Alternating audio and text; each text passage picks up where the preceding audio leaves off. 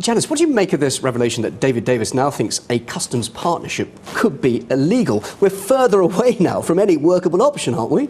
Well, of course it could be illegal, and also the EU will not vote this through. The EU want to thwart everything right up to the nth degree until the 29th of March. And what the government should be doing, the position, we voted to leave 2 years ago. Why haven't they worked this all out? Well, partly because Cameron and Osborne refused to have a discussion in their departments to actually prepare for Brexit. So we're less than a year to leave the European Parliament. Leave the European Parliament on the 29th of March, and there's no groundwork that's been done. So it's quite astonishing that David Davis can come to the House and say this today. All this should have been cleared up over a year ago. So what do you want to see here? Because obviously one option could lead to a hard border in Ireland, and of course the other option could be illegal. So and of course Jeremy Corbyn is talking about a customs partnership would be great for the economy. We need it to protect jobs and livelihoods. I don't think Jeremy Corbyn and his Labour Party know that they're even more a disarray than the Tory party are. They've actually come up with about 14, 15 different versions. You hear them week after week. It's him, Emily Thornberry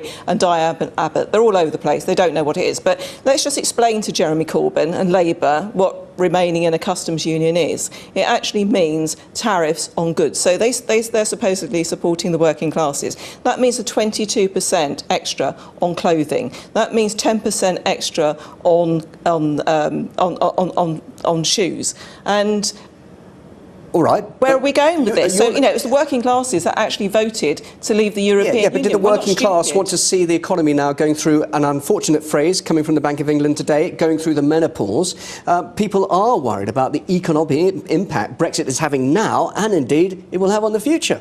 This is the Bank of England that said we'd have a plague of locusts in all our houses and it would be dire unemployment. We've got record employment, and also if they're talking about menopausal effects, so if you have a shot of HRT in the arm like some of the women do, then I think we'll have sort of estrogen Brexit on boosters. I wouldn't be listening to the Bank of England at the moment. You're optimistic. What is the answer here? Because clearly... Well, we just walk away. No deal. You're talking about no deal here. We have to say to the EU that they're going through an existential crisis. They're coming up to an election in May next year, exactly 1 year's time. They're fighting for their very existence. They're fighting for their federalism, and the EU is going to have a very, very different makeup. So populists are going to come back. So you can understand why Barnier and the rest of them are arguing for, oh, you can't have a better deal. Yes, we can. We walk away. I was in Washington, D.C. at Christmas. I met the Secretary of State for Trade, Wilbur Ross. He said to me, Janice, if you want a free trade deal with the US, then you don't take that bitter pill from the EU. They're protectionist. You have to walk away. Yeah, and I would say take that other bitter pill, the World Trade Organization rules. Yeah, absolutely. Well, I've had so many experts saying that would be a disaster for our economy as well. These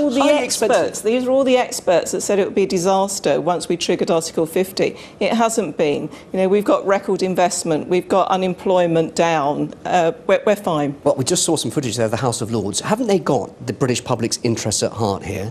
They're talking about some sort of customs partnership, talking about even the Lib Dems are saying the British public should have a say on the terms of our departure.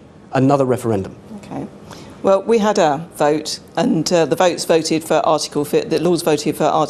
The Lords actually passed the 2015 referendum bill. So the people went to the vote. It's the largest plebiscite that this country has ever had, and we voted to leave the European Union. We knew we were coming out of the customs market, the single market, and also the customs union. So don't pretend that we don't know.